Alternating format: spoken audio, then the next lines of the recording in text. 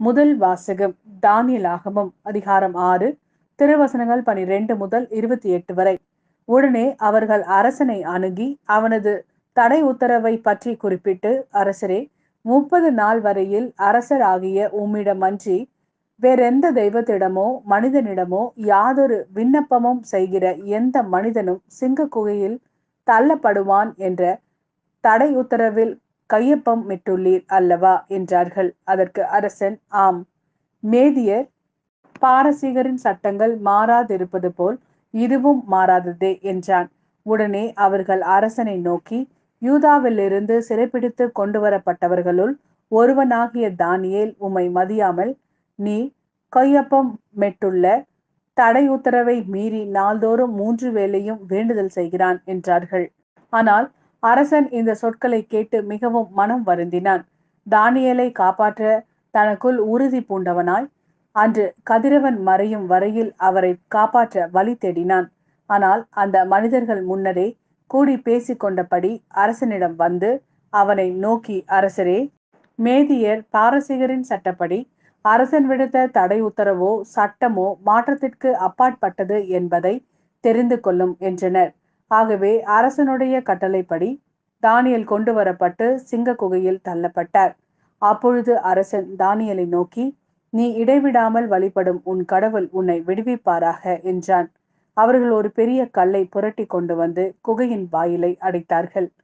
தானியேலுக்கு செய்யப்பட்டதில் யாதொன்றும் மாற்றப்படாதிருக்கும்படி அரசன் தன் மோதிரத்தாலும் தம் உயர்குடி மக்களின் மோதிரங்களாலும் அதற்கு முத்திரையிட்டான். பின்னர் அரசன் அரண்மனைக்கு திரும்பி சென்று அன்றிரவு முழுவதும் உணவு கொள்ளவில்லை. வேறு எந்த களியாட்டத்திலும் ஈடுபடவில்லை. உறக்கமும் அவனை விட்டகன்றது. பொழுது புலர்ந்தவுடன் அவன் எழுந்து சிங்க குகைக்கு விரைந்து சென்றான். தானியேல் இருந்த குகை அருகில் வந்தவுடன் துயரக்குரலில் அவன் தானியேலை நோக்கி, தானியேல், என்றுமுள்ள கடவுளின் ஊழியனே, நீ இடைவிடாமல் வழிபடும் உன் கடவுளால் உன்னை சிங்கங்களில் நின்று விடுவிக்க முடிந்ததா என்று உரக்க கேட்டான். அதற்கு தானியேல் அரசனிடம், அரசரே, நீர் நீடூழி வாழ்க. என் கடவுள் தம் தூதரை அனுப்பி சிங்கங்களின் வாய்களை கட்டி போட்டார். அவை எனக்கு தீங்கு எதுவும் செய்யவில்லை. ஏனெனில் அவர் திருமுன் நான் மாசற்றவன்.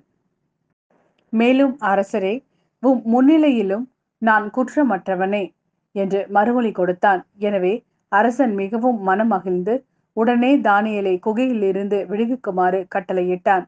அவ்வாறே தானியேலை குகையிலிருந்து வெளியே தூக்கினார்கள். அவருக்கு யாதொரு தீங்கும் நேரிடவில்லை. ஏனெனில் அவர் தம் கடவுளை உறுதியாக நம்பினார். பிறகு அரசனது கட்டளைக்கிணங்க தானியேலை குற்றம் சாட்டியவர்கள் இழுத்து கொண்டு வரப்பட்டனர். அவர்களும் அவர்களுடைய மனைவி மக்களும் சிங்க குகையினுள் தள்ளப்பட்டார்கள். அவர்கள் குகையின் அடித்தளத்தை அடையும் முன்னே சிங்கங்கள் அவர்களை கவ்வி பிடித்து அவர்களுடைய எலும்புகளை எல்லாம் நொறுக்கிவிட்டன. அப்பொழுது தாரியு அரசன் நாடெங்கும் வாழ்ந்து வந்த எல்லா இனத்தவருக்கும் நாட்டினருக்கும் மொழியினருக்கும் ஓர் அறிக்கை விடுத்தான். உங்களுக்கு மிகுந்த சமாதானம் உண்டாவதாக. என் ஆட்சிக்குட்பட்ட நாடு முழுவதும் உள்ள மக்கள் தானியேலின் கடவுளுக்கு அஞ்சி நடுங்க வேண்டும். இது என் ஆணை. ஏனெனில் அவரே வாழும் கடவுள். அவர் என்றென்றும் நிலைத்திருக்கின்றார். அவரது ஆட்சி என்றும் அழிவற்றது.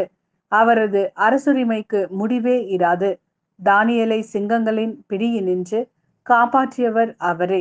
அவரே மீட்பவர், விடுதலை அளிப்பவரும் அவரே. விண்ணிலும் மண்ணிலும் அரிய செயல்களையும் விந்தைகளையும் ஆற்றுபவர் அவரே. இவ்வாறு தானியேல் தாரியுவின் ஆட்சி காலத்திலும் பாரசீகனான சைரசு மன்னனின் ஆட்சி காலத்திலும் சீரும் சிறப்புமாய் இருந்தார். இது ஆண்டவரின் அருள்வாக்கு. இறைவா, உமக்கு நன்றி. லூக்கா எழுதிய நற்செய்தி அதிகாரம் 21 திருவசனங்கள் 20 முதல் 28 வரை. எருசலேமை படைகள் சூழ்ந்திருப்பதை நீங்கள் காணும் போது அதன் அழிவு நெருங்கி வந்துவிட்டது என அறிந்து கொள்ளுங்கள். அப்போது யூதேயாவில் உள்ளவர்கள் மலைகளுக்கு தப்பி ஓடட்டும். நகரத்தின் நடுவில் உள்ளவர்கள் வெளியேறட்டும். நாட்டுப்புறங்களில் இருப்பவர்கள் நகரத்துக்குள்ளே வர வேண்டாம். ஏனெனில் அவை பழிவாங்கும் நாள்கள். அப்போது மறைநூலில் எழுதியுள்ள யாவும் நிறைவேறும். அந்நாள்களில் கருவுற்றிருப்போர் பாலூட்டுவோர் ஆகியோரின் நிலைமை அந்தோ பரிதாபம். ஏனெனில் மண்ணுலகின் மீது பேரிடரும் அம்மக்கள் மீது கடவுளின் சினமும் வரும். அவர்கள் கூரான வாளால் வீழ்த்தப்படுவார்கள். எல்லா நாடுகளுக்கும் சிறைப்பிடித்து செல்லப்படுவார்கள். பிற இனத்தார் காலம் நிறைவு பெறும் வரை எருசலேம் அவர்களால் மிதிக்கப்படும். மேலும் கதிரவனிலும் நிலாவிலும் விண்மீன்களிலும் அடையாளங்கள் தென்படும். மண்ணுலகில் மக்களினங்கள் கடலின் கொந்தளிப்பின் முழக்கத்தினால் கலங்கி என்ன செய்வதென்று தெரியாது குழப்பமடைவார்கள். உலகிற்கு என்ன நேரிடுமோ என எண்ணி மனிதர் அச்சத்தினால் மயக்கமுறுவர். ஏனெனில் வான்வெளி கோள்கள் அதிரும். அப்போது மிகுந்த வல்லமையோடும் மாட்சியோடும் மானிட மகன் மேகங்கள் மீது வருவதை அவர்கள் காண்பார்கள். இவை நிகழத் தொடங்கும் போது நீங்கள் தலை நிமிர்ந்து நில்லுங்கள், ஏனெனில் உங்கள் மீட்பு நெருங்கி வருகின்றது.